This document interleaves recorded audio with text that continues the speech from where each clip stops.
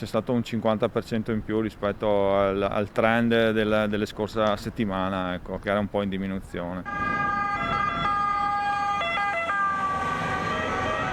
Ricoveri in aumento con numeri che fotografano il nuovo andamento dell'epidemia. Il pronto soccorso di Treviso ha registrato ieri, oltre alle centinaia di chiamate, 19 accessi per Covid che si sono tradotti tra i reparti di pneumologia e malattie infettive in 10 ricoveri. Il giorno precedente, 15 marzo, gli accessi sono stati 29 con 15 ricoveri.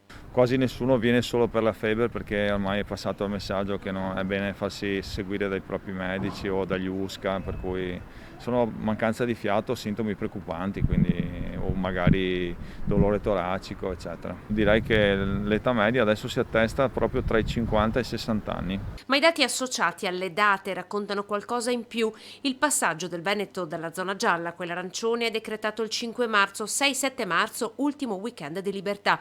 Il lunedì gli accessi saranno solo 9.